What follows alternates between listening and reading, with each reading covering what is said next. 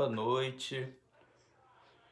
Já entrando 2 minutinhos antes, que é para a gente começar a nos organizar, a ficar todo mundo pronto para o nosso estudo da noite. Vamos chegando todos.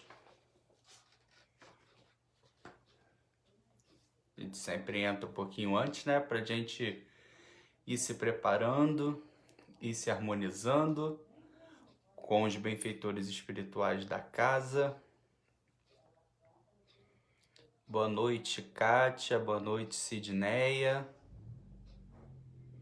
Boa noite a todos os companheiros que estão chegando. Marise, boa noite.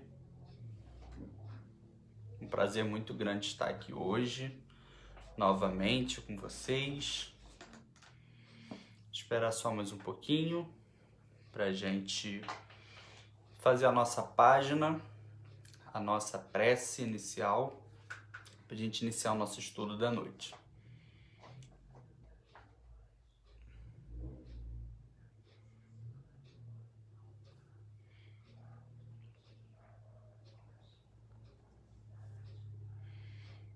Também que a espiritualidade tem um horário certinho, né?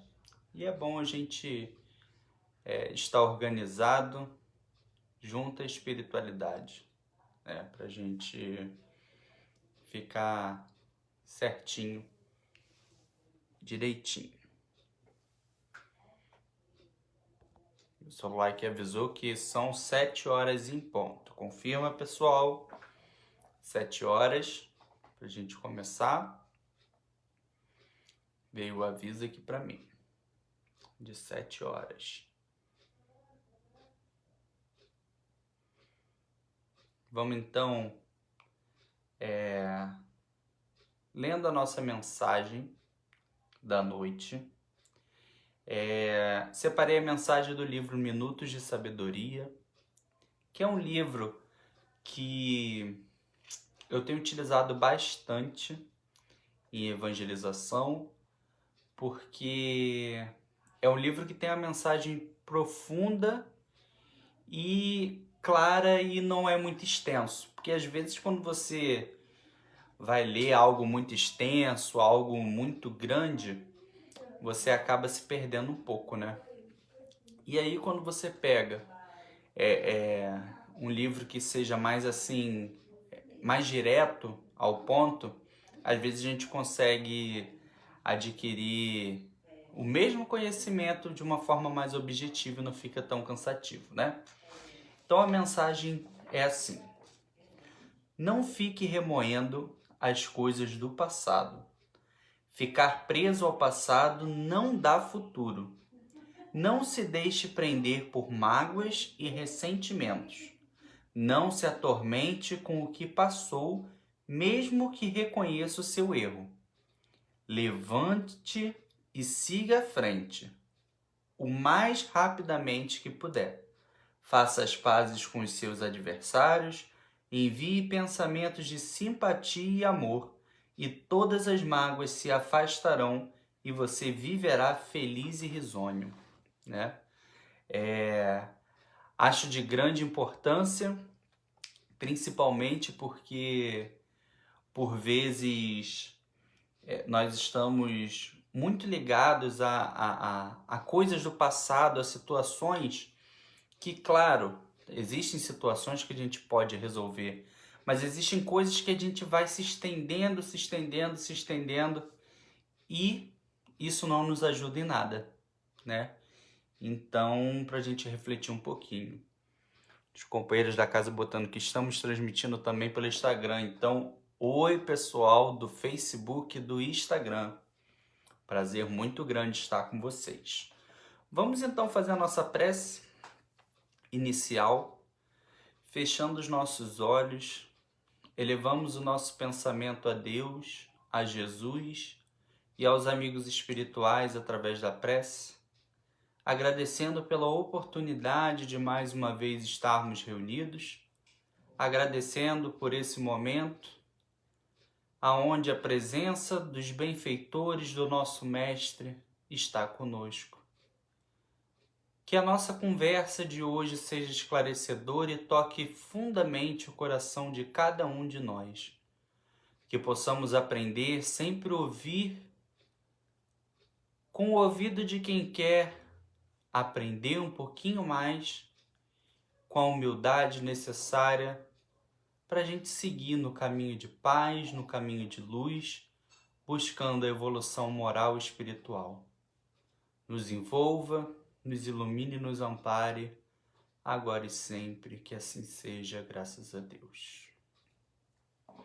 Então, gente, graças a Deus, inclusive, pessoal da casa, depois eu preciso achar o Instagram de vocês, que eu não tenho o Instagram da casa, tá? Muito bom saber que estão transmitindo pelo Instagram. Agora também eu preciso localizar esse Instagram da casa, depois eles me passam em off. Hoje é um dia especial. Por que é um dia especial? Sempre, nossos encontros sempre são especiais, né?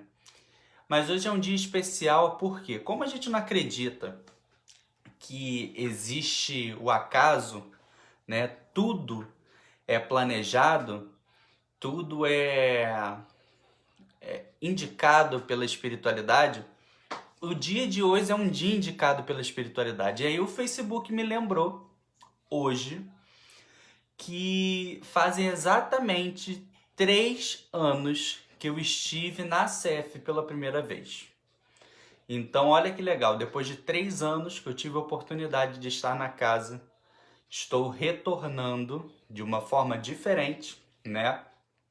A época era na casa ali, na época daquele que passa um pouquinho do barroco. Lá, eu esqueci, é São José, né? Eu acho que é São José. Lá na São José. E aí depois a gente teve a oportunidade de voltar lá no Jardim Atlântico. E agora a gente está fazendo o estudo aqui. E se Deus quiser, o nosso próximo encontro, que já está marcado, a data eu vou deixar de surpresa para vocês. Depois o pessoal da casa divulga. Mas se Deus quiser, e Ele há de querer e permitir que o nosso próximo encontro eu conhecerei a nova sede da casa, né? Tudo permitir, a gente tá nessa torcida imensa, mas tomara que no próximo estudo já esteja assim bem mais tranquilo pra gente estar pessoalmente fazer esse estudo presente. São Bento da Lagoa, exatamente. Olha, eu hoje mais cedo tentei lembrar o nome de todas as formas e não consegui lembrar. Eu sei aonde que é. Sei, passa ali do Barroco, depois a ruazinha assim, vai. Lembro perfeitamente aonde que é. Agora, quem disse que eu lembrei o nome do lugar? Mas tudo bem, não tem problema. E agora eu quero conhecer a sede de Itaucaia Valley. Então, não só pela casa, né? Fazem 3 anos hoje que eu conheci Ernesto, que eu conheci Isabel, que eu conheci Heraldo, Demila, Letícia. Então, muito além da casa. Fazem 3 anos que eu conheci pessoas muito queridas. Então, é um dia muito especial, né? E aí vamos ao tema da noite, né? O que preciso fazer para ser salvo? O Ernesto já tinha me falado que ele iria assistir de qualquer jeito, que ele precisava muito da salvação, né? E quem de nós que não precisa dessa salvação? Não sei se tem alguém que veio por causa do tema e falou assim, eu preciso saber o que eu tenho que fazer para ser salvo, né? Mas vou falar para vocês que a gente já tem a resposta há muito tempo, né? Mas vamos lá. O nosso estudo de hoje, ele começa baseado em Mateus, capítulo 25, versículo 31 a 46. E aí eu começo fazendo uma pergunta muito importante para vocês, que é, quando a gente está presencialmente, é mais fácil a gente fazer uma pergunta e receber de volta rápido, né? Mas vamos lá. Qual é um dos lemas mais importantes da doutrina espírita? Qual é um dos lemas mais importantes da doutrina espírita? Vou dar um tempinho para vocês pensarem. Enquanto isso, Boa noite, Jô. Felicidade muito grande te ver por aqui. Temos o Wagner também de Rio Bonito, que eu vi por aqui, né? Os outros companheiros também. Uma felicidade muito grande. E aí, qual é um dos lemas mais importantes? Opa, chegou aqui. Fora da caridade não há salvação. Tem aqui também amor e caridade. Perfeito, tá? Ambos se completam. Mas a gente escuta há muito tempo sobre fora da caridade não há salvação. Estamos cansados de ouvir. E aí, toda vez que a gente, às vezes, vê, qual vai ser o tema da palestra hoje? Fora da caridade não há salvação. Você pensa, nossa, mas eu estou escutando isso há tanto tempo. Fora da caridade não há salvação, fora da caridade não há salvação. E não consigo mais ouvir esse tema, de tanto que eu já ouvi. O problema não é que a gente esteja cansado de ouvir.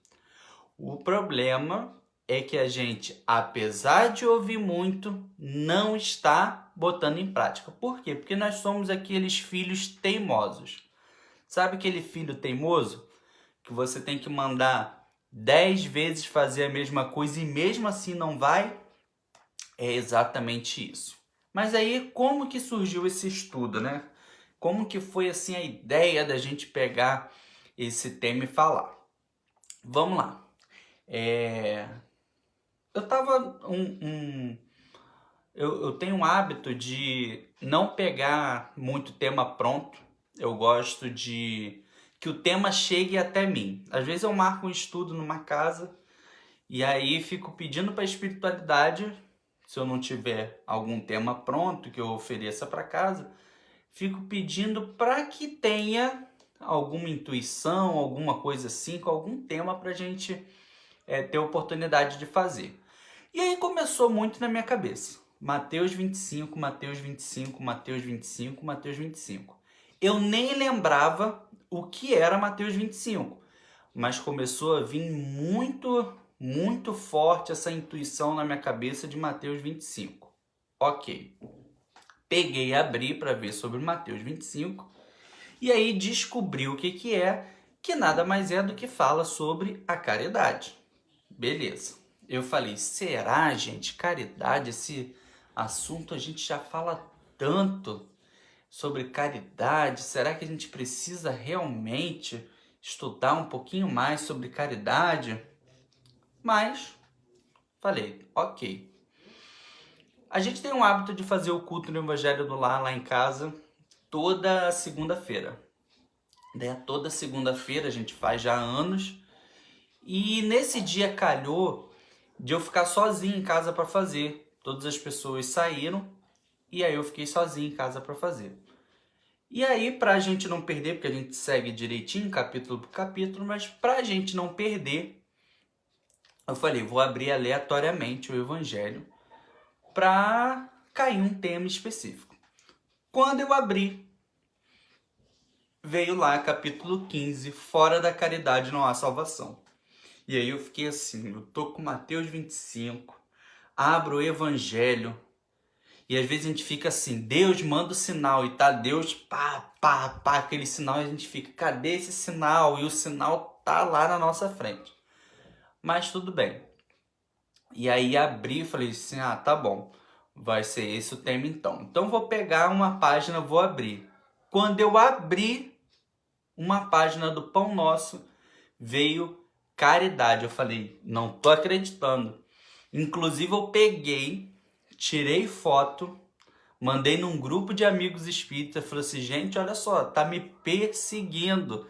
Abri a página, abri o Evangelho, tô a semana inteira pensando nisso, então vai ser isso. Então vamos a Mateus 25. Então o que Mateus 25 fala pra gente? Vamos lá. Mateus 25, nos versículos 31 a 46. Vinde bendito de meu Pai, tomai posse do reino que vos foi preparado desde o princípio do mundo.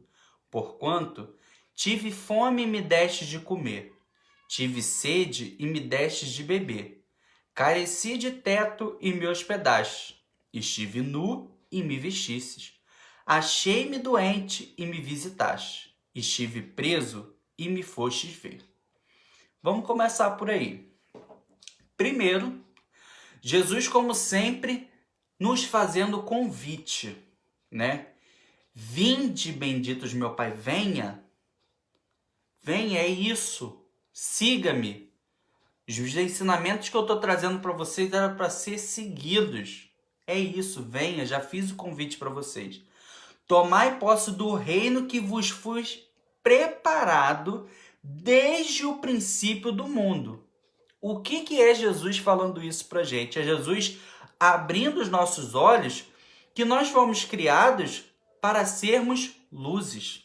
O reino de Deus, que seria o mundo mais evoluído, um mundo de luz, aquele mundo perfeito que a gente tem na nossa ideia como um mundo perfeito, ele foi feito para quem? Nós, para todos nós. Então, quando Jesus diz, vem, que o reino dos céus, ou seja, aquele lugar perfeito foi feito para você, para mim, para todos nós, e foi preparado desde o princípio do mundo. Ou seja, desde que o mundo é mundo, a gente já está destinado a chegar nesse local. Beleza. Jesus dá esse primeiro recadinho para a gente. E depois ele diz, tive fome e me deste de comer. Tive sede e me deste de beber. Careci de teto e me hospedastes. Estive nu e me vestiste. Achei-me doente e me visitaste. Estive preso e me fostes ver. Agora imagina as pessoas na época que escutaram isso, começaram a ficar se questionando. Falaram assim, gente, da onde que Jesus tirou essa história? Né?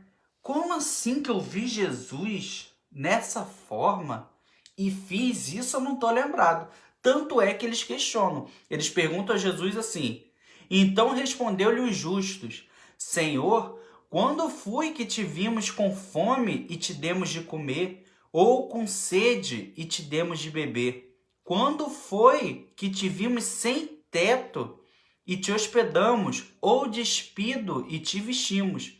E quando foi que soubemos doente ou preso e fomos te visitar? E aí Jesus respondeu, em verdade vos digo que todas as vezes que fizeste a um desses mais pequeninos dos meus irmãos, foi a mim mesmo que o fizeste. Então, gente, é uma passagem incrível, incrível. Só a gente lendo esse trecho, a gente já consegue entrar na imensidão dos ensinamentos de Jesus, né? O quão didático, o quão perfeito, o quão necessário era cada palavra que Jesus falava. Hoje até mais cedo eu estava pensando, eu vi uma reportagem, mais ou menos no final do dia já, aproximando do horário de sair do trabalho, e eu vi uma reportagem que em São Paulo, na noite de hoje, acho que fez, se eu não me engano, 6 graus, alguma coisa assim. E no meio da madrugada, né, chegando de manhã, foi detectado que 7 pessoas em situação de rua faleceram de frio durante a madrugada de ontem para hoje, e que hoje o alerta é que fará mais frio do que ontem.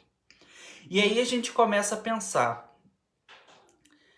na pessoa chegar numa situação de tão excluído por nós, de tão não visto, de tão imperceptível, a ponto de acontecer da pessoa morrer de frio, né? É um negócio assim, eu acho que é grotesco a gente pensar que isso acontece na nossa sociedade, né?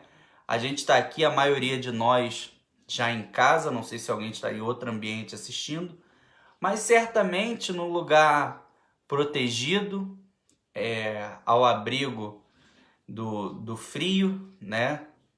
Possivelmente de porta fechada, dentro de um local mais tranquilo. E mesmo assim, estamos sentindo frio, né? Minha mão aqui está ficando roxeada, mesmo assim ainda estamos com frio. Agora vocês imaginam na rua, né?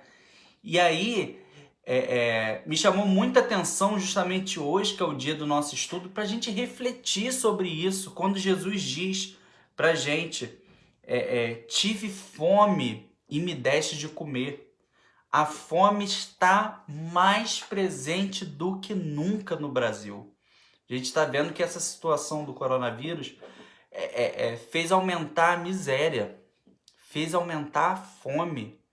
Então, por vezes, as pessoas questionam, mas agora com esse negócio de coronavírus, como que eu vou fazer caridade? Como que eu vou ajudar o outro? Tem gente passando fome, né? Mas eu não estou saindo de casa. Ótimo, está fazendo muito bem, mas você pode separar alguma coisa na sua casa e pedir para alguém buscar ali na porta para fora.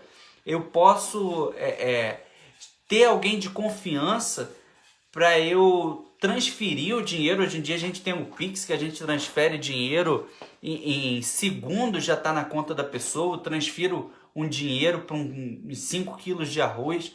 Gente, a gente hoje tem uma facilidade de fazer as coisas imensas, imensas. E aí quando Jesus diz, a todos aqueles que o fizestes, terá feito diretamente para mim, né? Então você imagina, aquelas pessoas que estão com fome, que estão com sede, se eu estou fazendo a elas, eu estou fazendo diretamente ao Mestre. Então é um negócio assim imenso, imenso que a gente pode fazer, né? E aí a gente entra dentro disso do fome, me deste de comer, também do careci de teto e me hospedaste, lembrando que Maria, quando estava com José e grávida de Jesus, prestes a ter Jesus, ela bateu em um monte de casas e fechadas, né? Jesus nasceu na manjedoura, por quê? Porque ele não foi aceito na casa das pessoas, tá? Aquela mulher grávida na rua, passando por aquela situação, não foi aceita, tá? E ela teve que procurar o local de necessidade. E aí a gente pensa, nossa, se isso aconteceu com Maria, né? Se fosse a gente carecendo de teto, né? E então é algo assim para a gente refletir bastante. Estive nu e me vestistes, né? E às vezes a gente pensa assim, no fazer isso, é outra coisa que a gente tem uma facilidade enorme. Quantas peças de roupa, esse mês a gente fez a campanha lá na nossa mocidade, do agasalho, e o que a gente chamou atenção para isso lá foi o seguinte, quantas roupas de frio você tem no seu armário que se você usou uma vez foi muita, geralmente você não usa e você fica esperando aquele frio, né? A não ser que você faça uma viagem internacional, esse frio não vai chegar, né? E fica aquele negócio no armário, não, mas eu ganhei de fulano que me deu, tá guardado de recordação. Gente, roupa é feita para vestir, não é para estar dentro de armário, né? Armário é para você botar, tirar e acabou. Eu há muito tempo que eu tô fazendo isso até às vezes minha mãe brinca, você não tem roupa. Eu falei assim, eu prefiro não ter roupa guardada. Minha roupa é assim, comprei 2, dou 2. Comprei 3, eu já tenho assim, certinha a quantidade de roupa que eu tenho. Comprei um short, eu ganhei o short, eu separo um para doar, ou para levar para o bazar, ou para alguma coisa. Rotatividade é igual livro. O que adianta ter aquela estante imensa de livros? Já li, peguei, dei para os outros. Não adianta o livro ficar parado dentro da estante, que às vezes vai passar Ah, que eu vou deixar esse livro. E vai deixar livro para quem? Depois a pessoa vai pegar esse livro, vai dar para os outros, não vai ler. Se eu já li, já fiz aquilo, para que eu vou ficar guardando esse tipo de coisa? Essas coisas foram feitas para rodar, né? E até o egoísmo nosso a gente querer guardar esse tipo de coisa, né? Estive doente e me visitastes. E aí a gente chega nessa situação do coronavírus agora, que a gente não pode visitar os doentes, né? A pessoa que está infectada pelo vírus, a gente não pode pessoalmente estar. Mas às vezes a gente pode fazer uma chamada de vídeo, se a pessoa estiver em condição. O quanto que é importante, né? Eu vejo muito essa situação e imagino como deva ser triste. A pessoa às vezes contraiu a Covid, ficou internada sem ter o contato com as outras pessoas e desencarna por conta da Covid. E aí, por causa disso, o caixão tem que ser fechado, a pessoa não consegue nem prestar uma homenagem, nem no momento do velório se despedir. Então a última imagem que a pessoa tem da pessoa, às vezes, é ela chegando no hospital e depois não tem mais. A pessoa é sepultada ou é cremada e você não vê mais a pessoa. Então olha que negócio assim forte e triste ao mesmo tempo dessa situação, né? Mas quantas vezes a gente tem essa oportunidade de estar com o doente, de prestar o auxílio e a gente não faz, né? A gente não faz, a gente deixa para lá. Tem esse abandono, tem toda essa situação e isso também é muito, muito triste, né? E aí, até mesmo numa situação dessa, eu não sei se vocês viram, um negócio de uma enfermeira que ela fez pegou uma luva de látex, né? E aí dessa luva de látex, ela encheu de água morna e começou a amarrar nas mãos do paciente. Como se fosse alguém trançando e segurando assim, né? Tem a mão do paciente e aí a luva de látex com água morna que fica assim, como se alguém estivesse segurando a mão dessa pessoa. E aí foi comprovado que, através assim, mesmo que a pessoa esteja entubada, né, situações que, através dos estímulos que o cérebro dá, que o coração dá, o retorno que as pessoas têm, de que se sentiram muito melhor com essa situação. E eu fico pensando, meu Deus, que negócio simples, mas que ninguém nunca havia pensado numa coisa assim. Foi uma enfermeira brasileira que olhou para aquelas pessoas sozinhas, sentindo falta de um parente, de um amigo, e ela, exatamente cercada de empatia, aquilo brotou dentro dela para trazer exatamente isso, aquela sensação para aquela pessoa de que ela não está sozinha. Então, gente, a pessoa ela teve uma ideia fantástica de algo simples. Então, é possível a gente fazer. Basta o quê? A gente começar a observar as coisas que estão acontecendo ao nosso redor, né? Os mecanismos estão aí o tempo todo. A gente consegue fazer tudo que é possível. E aí diz também de estive preso e me fostes ver. Porque a gente tem uma mania na nossa sociedade. O problema, quando o problema aparece pra gente, dificilmente a gente está disposto a resolver esse problema. A gente quer afastar. A gente quer tirar de perto da gente esse problema. E é isso que acontece principalmente com as pessoas que estão sendo acusadas de crime, independente do crime que ela tenha sido acusada. O que acontece é isso.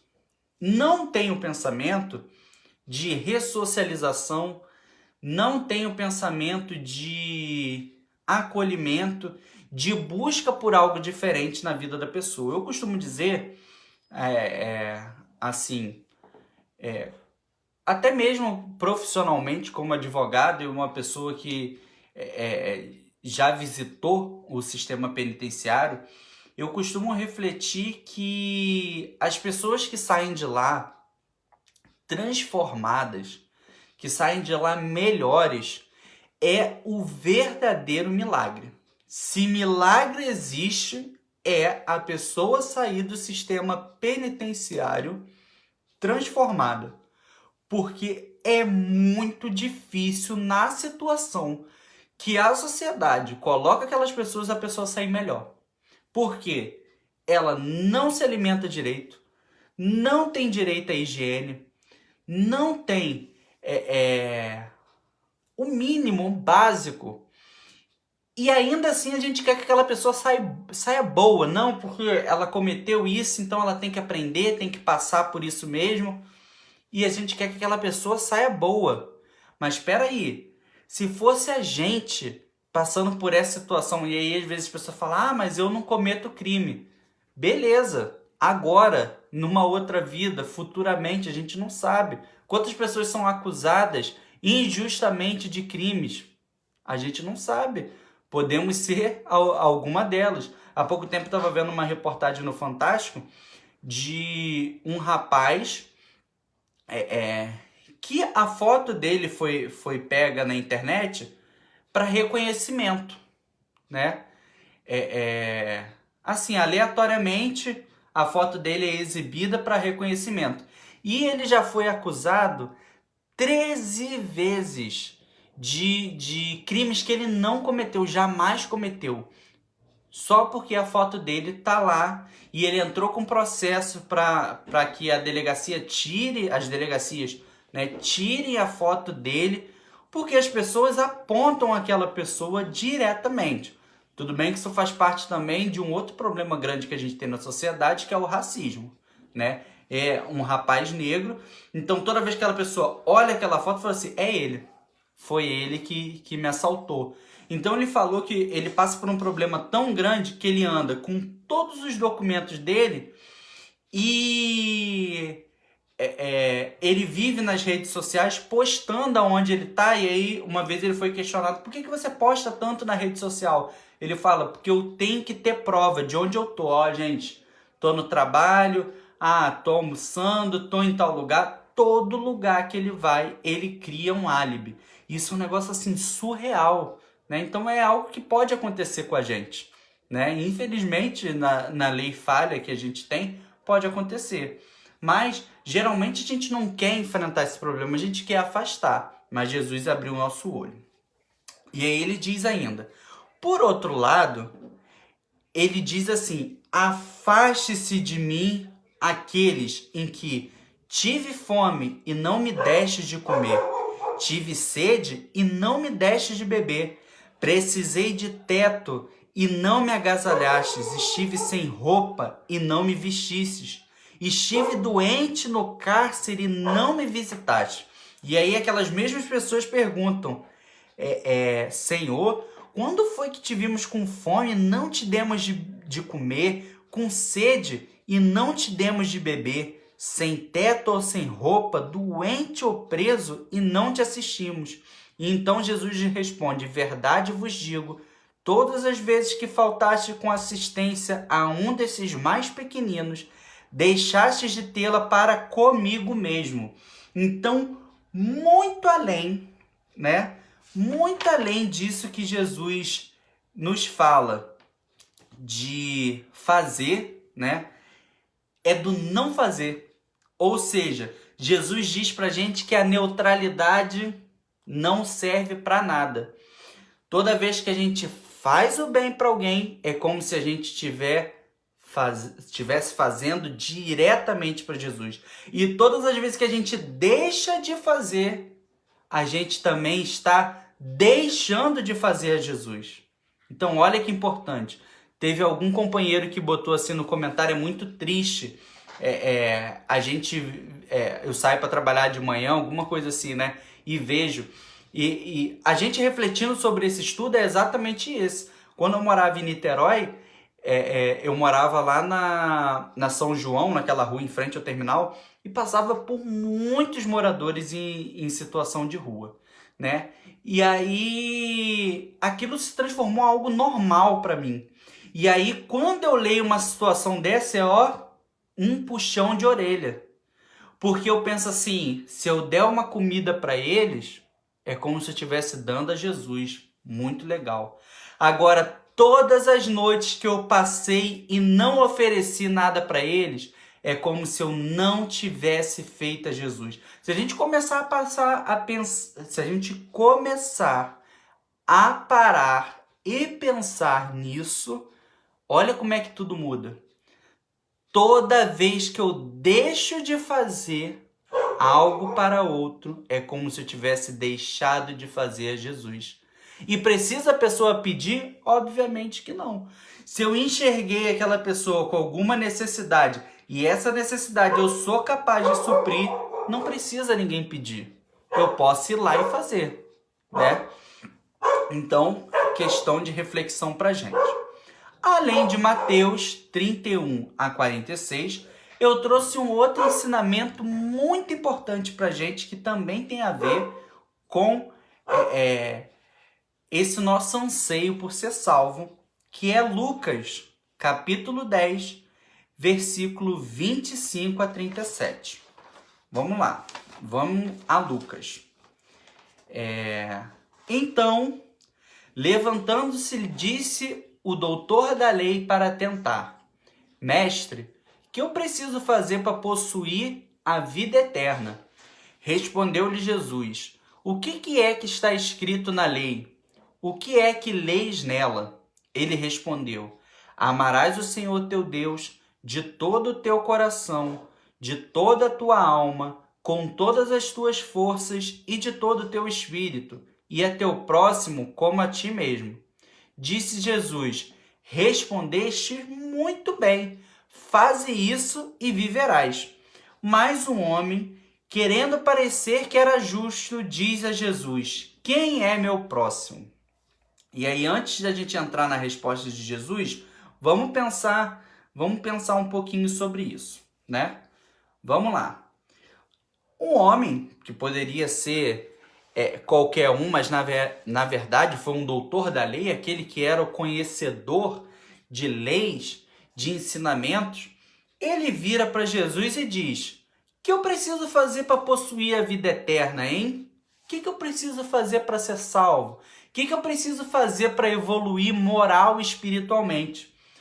E aí Jesus, de muita sabedoria, e às vezes essa é a melhor maneira de você trabalhar, porque olha só, se uma pessoa te faz uma pergunta que ao seu ver pode ser mais óbvia, às vezes a gente trazer a pessoa para reflexão é mais importante do que a gente dar a resposta.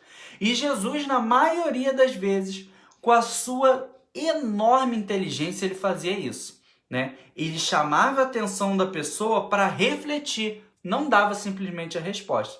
E aí Jesus perguntou a ele em cima da pergunta: O que está escrito na lei?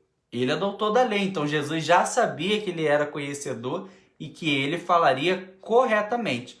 E aí ele diz: está escrito na lei é o seguinte: amarás o Senhor teu Deus, todo o teu coração, toda a tua alma, todas as tuas forças, todo o teu espírito e a teu próximo como a ti mesmo. E aí, Jesus, é isso aí, é exatamente isso. Então vá e faz isso, e você viverá eternamente. E aí, não satisfeito com isso, ele questiona Jesus novamente, pergunta: quem é meu próximo? E aí aqueles que já são conhecedores, né, sabe qual é a resposta de Jesus quando ele pergunta sobre isso. Dotado também de todo conhecimento, Jesus utilizava das parábolas para fazer com que as pessoas se aproximassem daquilo que ele estava ensinando. O que era a parábola? Ele pegava as histórias que as pessoas estavam acostumadas, que conheciam, alcançando o conhecimento delas e aplicava o evangelho através do conhecimento. Então, por vezes, a gente pensar que a gente vai fazer um estudo como esse na Casa Espírita, ou qualquer tipo de estudo, a gente tem que falar palavras bonitas, rebuscadas, para ser reconhecido.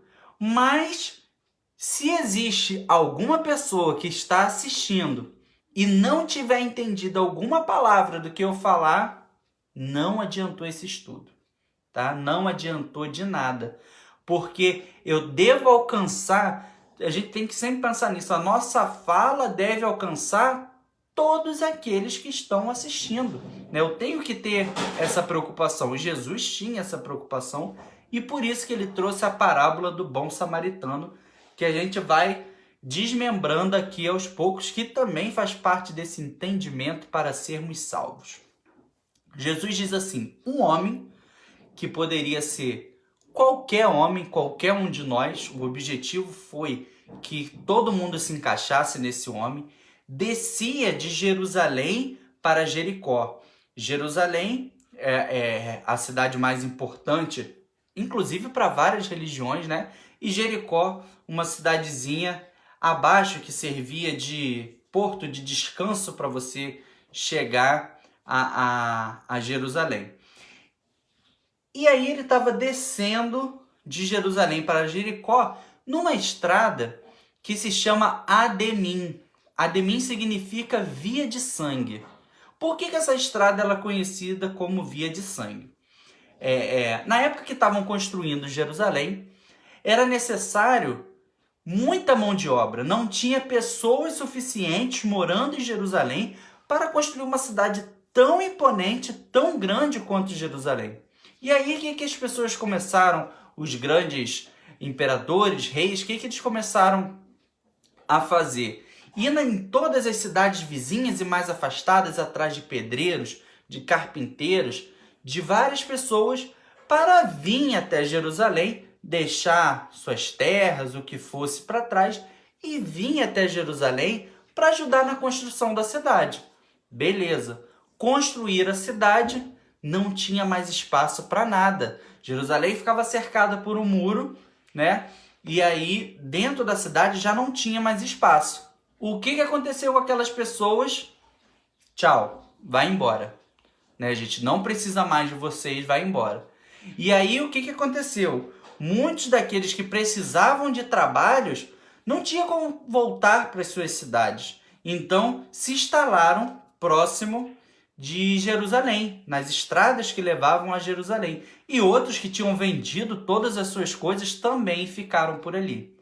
Será que esse processo que aconteceu em Jerusalém não é algo parecido com o que a gente conhece hoje, que é a favelização? Por quê? Grandes obras na Zona Sul, na Barra da Tijuca, em lugares importantes assim do Rio, ou de São Paulo, ou de Niterói, o que demandava? Mão de obra. E ali naquelas áreas não tinha mão de obra. Então o que foi necessário? Vim pessoas da Baixada, vim pessoas de longe para trabalhar nesses lugares. E aí o que aconteceu? Depois disso tudo, tchau. E aí o que a pessoa vai fazer? Vai ter que ficar por ali para conseguir outro emprego, para conseguir trabalhar. E aí foram surgindo as comunidades. E só desde aquela época. E com isso surge a fome, surge a miséria e se transformou num caminho de sangue, porque todas as pessoas que passavam por ali acabavam sendo saqueadas, assaltadas e etc. Então esse homem, não diferente, caiu em posse de ladrões que os cobriram de ferimentos e deixaram semi-morto, né? Então, levaram tudo dele, espancaram ele e ele ficou naquele estágio semi-morto. Acontece que em seguida passa um sacerdote, aquele que era conhecedor de todas as palavras, que dirigiam as grandes reuniões, aquelas pessoas importantíssimas, conhecedores da lei de Deus como ninguém. Então, eles por si só tinham a obrigação de ajudar aquele ser. Mas não é isso que acontece. O sacerdote vem, olha naquela pessoa e segue seu caminho. Logo depois vem o levita, que são os descendentes de Levi, aquelas pessoas que não controlavam as reuniões como sacerdotes, mas eles ajudavam, como se fosse os sacerdotes como se fosse aquele dirigente e os levitas, os dirigentes adjuntos que ficavam observando, ajudando, auxiliando. Então eles também eram conhecedores dos ensinamentos e também tinham por obrigação ajudar, né? Só que o levita é outro que passa direto, também não ajuda. Eis que surge quem? O samaritano. O samaritano, eles eram pessoas que eram afastadas dos outros judeus e hebreus da época, eram vistos como pessoas de menos relevância, né? Eram vistos como pessoas que de nada acresciam na sociedade. Eram pessoas que eram assim escorraçadas pelos demais. Mas esse samaritano, ele olha aquela pessoa e é tomado de compaixão, ou seja, ele olhou, muitas vezes é o que a gente faz, a gente olha, mas aquilo não toca na gente, né? Diferentemente, ele viu, foi tomado de compaixão, aquilo mexeu com ele. E aí ele chegou perto daquele homem e deitou o corpo dele em azeite e vinho. E Jesus é muito específico quando ele fala sobre isso. Por quê? Porque o azeite, gente, é aquele oleaginoso que alivia a dor. Então, quando uma pessoa chega ferida, com uma aflição, com algum problema grande pra gente, vai contar algum problema, primeiro que a gente tem que fazer é deitar o corpo dele em azeite, aliviar a dor, não julgar, não condenar, não rebater, porque aquela pessoa já está com a ferida, ela já está dolorida, ela precisa no primeiro momento de conforto. E depois o vinho é o que cura, mas essa cura também nós só devemos aplicar se a pessoa der abertura pra gente para isso, tá? Porque senão não adianta, que cada um de nós tem um livre-arbítrio, a gente sabe muito bem disso, né? Então ele fez isso, poderia ter feito só isso e acabou, mas não. Ele botou lá em cima do burrinho dele, levou ele para uma hospedaria e o mais interessante, passou a noite inteira cuidando dessa pessoa. Então, não satisfeito, ele levou e deixou lá. Ele, a primeira noite, que é aquele momento mais crítico, mais doloroso, aquele momento de ou vai ou fica, ou o momento mais conturbado, ele passou a noite inteira do lado. Ele deu o tempo dele para aquela pessoa, que é uma coisa assim fundamental para a caridade. Às vezes a pessoa só precisa do nosso tempo. E quantas vezes a gente deixa o nosso tempo, gasta o nosso tempo com tantas outras besteiras e esquece de aproveitar o nosso tempo para algo em prol do próximo, né? E depois disso, ele ainda dá 2 denários. O que era um denário? Eram 2 dias de trabalho, equivalente ao dinheiro da época. Ou seja, ele deixa 4 dias de trabalho e ainda diz que se precisasse de mais, quando ele voltasse, ele dava. E aí, depois de tudo isso, Jesus pergunta então para esse doutor da lei: qual desses 3 parece ter sido próximo daquele que caíra em poder de ladrões? O doutor da lei responde: aquele que usou de misericórdia para com ele. Lembra do que eu falei sobre sofrer preconceito, né? Tanto preconceito quanto essas pessoas que ele nem falou, o samaritano falou, aquele que serviu de compaixão. E aí Jesus respondeu: então vá e faça o mesmo. Vamos parar para observar uma coisa. Em todos os momentos, seja em Lucas que a gente leu ou em Mateus que a gente leu, Jesus não manda a gente ficar quietinho, paradinho, não. Olha só o que Jesus diz. Então vá e faze o mesmo. Lá em cima, faze isso e viverás. Em Mateus, todas as vezes que fizeste isso, ou seja, gente, ação. É necessário a ação.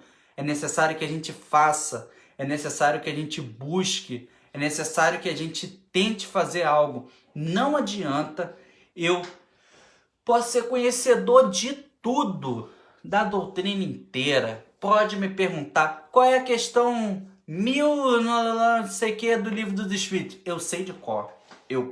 É essa.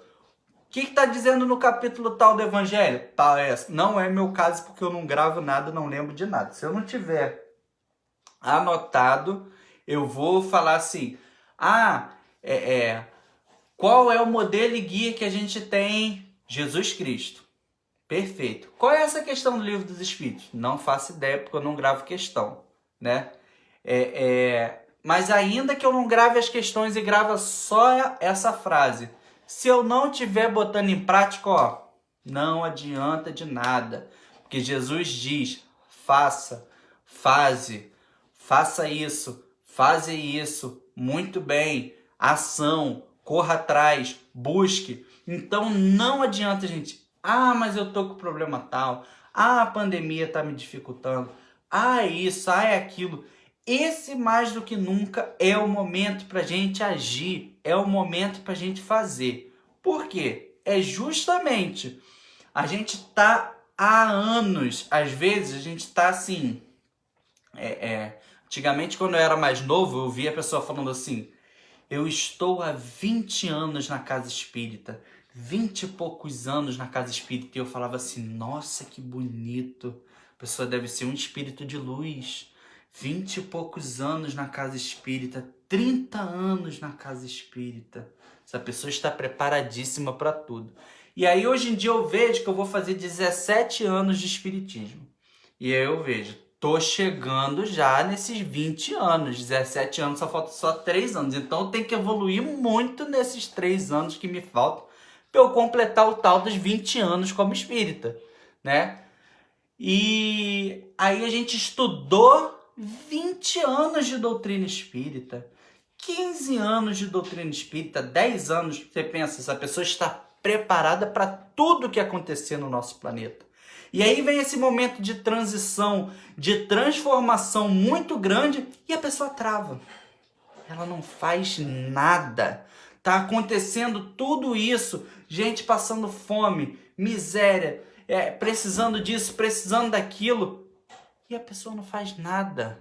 A pessoa travou. Então estudou. Na hora que precisou, já era. Não aconteceu nada.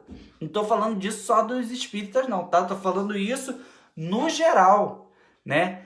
Tantas coisas que a gente se prepara, não, eu estou estudando, estou preparado para o que vier.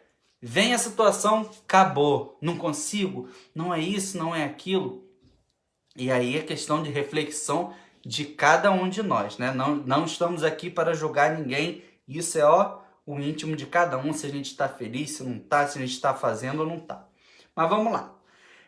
Então, tudo isso traz a reflexão para a gente que a caridade, a humildade e o amor resume praticamente toda a doutrina de Jesus, né? Tudo que a gente tem aprendido ao longo desse tempo todo é sobre caridade, humildade e amor, né? E aí os seus grandes adversários é o orgulho, o egoísmo e a vaidade, né?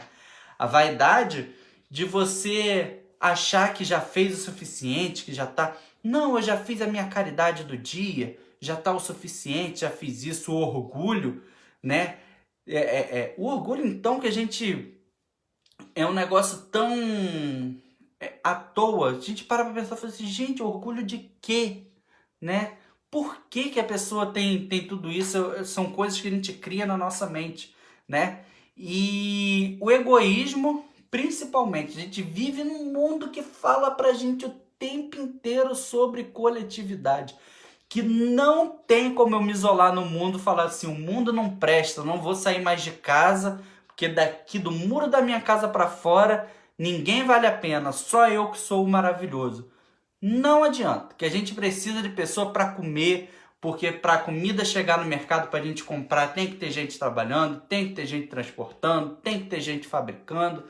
A gente precisa das pessoas para tudo. A gente não consegue fazer nada sozinho na nossa vida. Então, o egoísmo, então, não faz sentido nenhum. Mari, um beijo para você. Tá aqui, acabei de ver sua mensagenzinha. E aí, olha como que Jesus fala isso pra gente há muito tempo. Bem-aventurados os pobres de espírito, tá falando sobre isso. Os humildes, porque deles é o reino dos céus. Bem-aventurados os que têm puro coração. Bem-aventurados os que são brandos e pacíficos. Bem-aventurados os que são misericordiosos. Amai o vosso próximo como a vós mesmo. Fazei aos outros o que queria que vos fizesse. Amai os vossos inimigos. Perdoai as vossas ofensas se quiserdes ser perdoados. Praticai o bem sem ostentação. Julgai-vos a vós mesmos antes de julgar os outros. Esse, então, o último é importantíssimo, né? Porque o julgar o outro, a gente está pronto.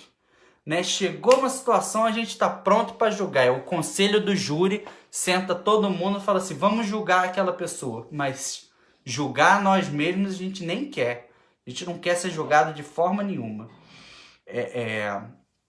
E aí no Evangelho traz um ensinamento para a gente que é super importante, que é amar a Deus e amar ao próximo se equiparam e se completam. É impossível alcançar um sem o outro. Então é importantíssimo. Eu amo mais a Deus e... até sair da câmera. Eu amo mais a Deus e eu amo menos o próximo. Então, eu amo muito o próximo, mas eu acho que eu não estou amando a Deus. Não adianta. Amar a Deus e amar ao próximo se equiparam e se completam. Se a gente não tiver unido os dois, nada feito, tá? E aí vamos à questão 886 do Livro dos Espíritos. Falei que eu tenho que ter anotado, porque senão não vou lembrar de nada.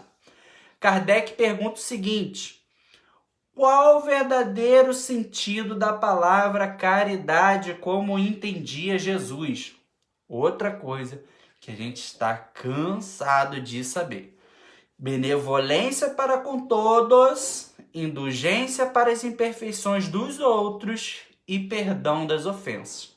Benevolência para com todos. Não adianta a gente escolher. Vou ser bonzinho com fulano, mas com fulano eu não consigo ainda. Eu vou selecionar as pessoas que eu vou fazer o bem, que eu vou fazer... Não adianta. Eu tenho que ser... Caridade é ser um homem de bem com todo mundo, né? Indulgência para as imperfeições dos outros, né? Gente, hoje tem expressão que fala passar pano, a gente adora passar pano pra gente, né? Eu errei, mas todo mundo erra, ninguém é perfeito, eu tenho esse direito de errar. Mas quando é os outros, eu sou o primeiro apontador e condenador, né? Eu esqueço completamente que eu estou sujeito a erro também. Uma vez foi muito engraçado que eu falando indulgência num grupo. Aí depois eu falei, vocês sabem o que é indulgência? E ninguém sabia. Então eu falei, gente, eu fiquei explicando indulgência, falando sobre indulgência, que ele tem que ser indulgente, que é preciso indulgência. E ninguém sabia o que era indulgência. Ficou todo mundo assim, E eu crente que estava abafando, mas nada aconteceu, porque ninguém sabia que era indulgência. O que é indulgência? Simples, se colocar no lugar do outro. Olha como é simples. Você ser indulgente é você... me coloquei no lugar do meu irmão. Se fosse comigo, será que eu ia gostar? É isso, gente. Nada difícil. E perdão das ofensas. É outro também que a gente não pode escolher. Vou perdoar isso, vou perdoar aquilo. Isso eu perdoo, isso não. Não adianta. Perdão é perdão e acabou. Não existe meio termo dentro do perdão. Não quer dizer que você vai deixar que as coisas aconteçam livremente de novo. Não, se uma coisa aconteceu com a gente aprendeu com aquilo, é lógico que a gente vai se resguardar para aquilo não acontecer de novo. Mas o perdoar não é ficar se remoendo dentro dessa situação. Achei um outro trecho do Evangelho para gente que diz assim: a salvação não encontra-se dentro de templos e locais sagrados, e sim dentro de si próprio através das suas atitudes. Não adianta eu estar na igreja procurando salvação. seja na igreja católica, seja na igreja evangélica. Não adianta eu estar na casa espírita procurando salvação. Não adianta eu estar num terreiro procurando salvação, num templo budista. Eu não vou achar salvação em nenhum desses lugares, porque a salvação se encontra dentro de si mesmo, através das nossas atitudes, através daquilo que a gente aprendeu, através daquilo que a gente busca como positivo para a nossa vida. É assim que a gente encontra salvação. Isabel botou a rinha, tudo tão fácil. Não é nada fácil. Por isso que a gente tá aqui falando sobre caridade de novo, né? Vocês viram que eu mascarei o tema, isso foi de propósito, tá? Eu falei assim, se eu botar fora da caridade não há salvação, muita gente vai falar, tô cansado de escutar isso, não sei o quê. Não é isso. Então eu falei assim, vou botar o que preciso fazer para ser salvo. Que aí a pessoa vai falar, interessante. Mas nada disso, enganei vocês para falar sobre caridade, entendeu? Então, gente, não é fácil. Por isso que a gente já está há 2000 anos falando sobre isso e a gente não passa disso. Porque é muito necessário para a gente. Companheira Conceição botou, mas perdoar a criatura não significa ser conivente com erro. É exatamente isso, né? Porque senão você pode dar liberdade para isso acontecer de novo, né? Então, mas é você ter aquilo bem resolvido dentro de você. Mariana botou aqui também. Joana diz que perdoar é esquecimento do mal. Não é esquecer a situação, mas não alimentar o sentimento ruim que nos trouxe. Exatamente isso, né? Não esqueci o que aconteceu, mas eu esqueci do mal que aquilo trouxe para mim. Perfeito, é isso aí. Para a gente finalizar, finalizar assim em termos, né? Para a gente caminhar para o nosso fim, porque o meu relógio já está chegando em 8 horas. Manda a hora para mim alguém, por favor, para eu só confirmar se o relógio está batendo certinho. Eu trouxe para vocês. Vocês viram que eu trouxe Mateus, que a gente está cansado de ouvir. A gente também trouxe Paulo, que a gente está cansado de ouvir, né? E eu trouxe... Lucas, perdão, que a gente está cansado de ouvir. E eu trouxe mais uma que a gente está cansado de ouvir, 55 ótimo, que é Paulo, né? Mateus, que a gente está cansado... Lucas que a gente está cansado e Paulo que a gente está cansado, mas que a gente precisa ainda ouvir, que é a Epístola de Paulo aos Coríntios, capítulo 13, versículo 1 a 7 e 13, que fala sobre caridade, né? Ainda quando eu falasse todas as línguas dos homens e a língua dos próprios anjos, se eu não tivesse caridade, serei como um bronze que soa ou o símbolo que retine.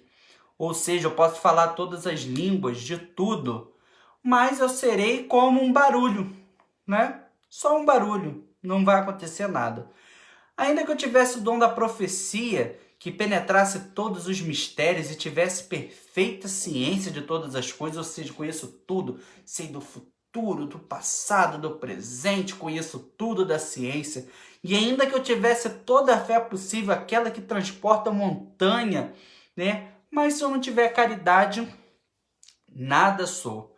E quando houvesse destruído os meus bens para alimentar os pobres, e houvesse entregado meu corpo para ser queimado, ou seja, distribuir tudo que eu tenho, e isso não é caridade, Rian? Eu achei que caridade era distribuir tudo que eu tenho, mas como que Paulo diz que se eu distribuir todos os meus bens e alimentar os pobres, isso não é caridade? O que Paulo quer dizer com isso? Que a caridade, gente, não é só isso, né? A gente pensa, caridade é dar isso, caridade é dar aquilo. Caridade para uma pessoa que está passando fome, claro que é você dar um alimento. Caridade para uma pessoa que está passando necessidade, claro que é você... Mas caridade não é só isso, né? É esse ensinamento que Paulo traz para gente. E ainda entregasse meu corpo para ser queimado. E se não tivesse caridade, de nada disso me serviria. A caridade é paciente, é branda, é benfazeja. Ela não é injubilosa, não é temerária, nem precipitada. Ela não se enche de orgulho, não é desdenhosa, não cuida dos seus interesses, não se agasta e nem se azeda com coisa alguma, não suspeita mal, não se rejubila com a justiça, mas se rejubila com a verdade. Na caridade, ela tudo suporta, tudo crê, tudo espera e tudo sofre. Ou seja, caridade, gente, ela é paciente, né? Caridade, ela é branda. Eu vi uma situação, não adianta eu chegar com nervosismo, chegar daquele jeito, querer combater. A caridade não é assim. Eu posso ver uma situação a que eu não concordo, mas eu tenho que saber chegar com brandura, chegar com bem, chegar paciente, não ficar se sentindo orgulhoso, desdenhoso, em busca dos nossos interesses pessoais. Isso não é caridade, de maneira nenhuma. E ele diz, agora, essas 3 virtudes, a fé, a esperança e caridade permanece, mas dentre elas a mais excelente é a caridade. Ou seja, muito do que a gente vive, pensa e busca, tá aí o caminho pra gente. É a caridade, né? Já havia falado pra gente Jesus, já havia falado pra gente todos aqueles que vieram depois. A gente fala sobre caridade há muito tempo. E nós temos que buscar, Isabel, exatamente o real significado de caridade. Não é, eu fiz isso daqui, tá bom. Gente, caridade é uma coisa que não tem limite. Não adianta a gente ficar se limitando. Já faço isso, já faço aquilo. Uma vez por semana eu faço isso. Então já tá bom. Não, gente, não tá bom. Se eu ver alguma situação, eu preciso intervir de alguma maneira, né? Respeitando, logicamente, os nossos irmãos. Na introdução do Livro dos Espíritos, olha só, a primeira grande obra da doutrina espírita, o Livro dos Espíritos, na introdução dele, no final do capítulo, quem volta pra gente? Paulo. Paulo volta pra gente com uma fala maravilhosa. Ele diz aqui, todo aquele que pratica caridade é um discípulo de Jesus. Gente, olha como que isso é lindo e como que isso bota responsabilidade na nossa mão, hein? Tá no Livro dos Espíritos, no finalzinho do capítulo, Paulo, ele mesmo, vem pra gente e fala assim, todo aquele que pratica caridade é chamado de discípulo de Jesus. Então, gente, que a gente possa ser chamado de discípulo de Jesus, né? Para isso que a gente foi criado, essa que é a nossa destinação. Então, que sejamos discípulos de Jesus, tá bom? Então, agradeço muito a oportunidade e peço permissão para vocês para fazer uma prece um pouco diferente. Alguém pode botar a hora aí pra gente, que eu não quero passar muito de novo, não. Acho que já passei um cadinho, né? Que tem uma prece que a companheira Elizabeth Lacerda, tem várias músicas espíritas maravilhosas com a nossa companheira Elizabeth Lacerda, e há pouco tempo estava assistindo uma live dela no YouTube e ela fez uma prece, gente, que depois eu voltei nessa live e falei assim, que prece maravilhosa, maravilhosa, a gente precisa escutar.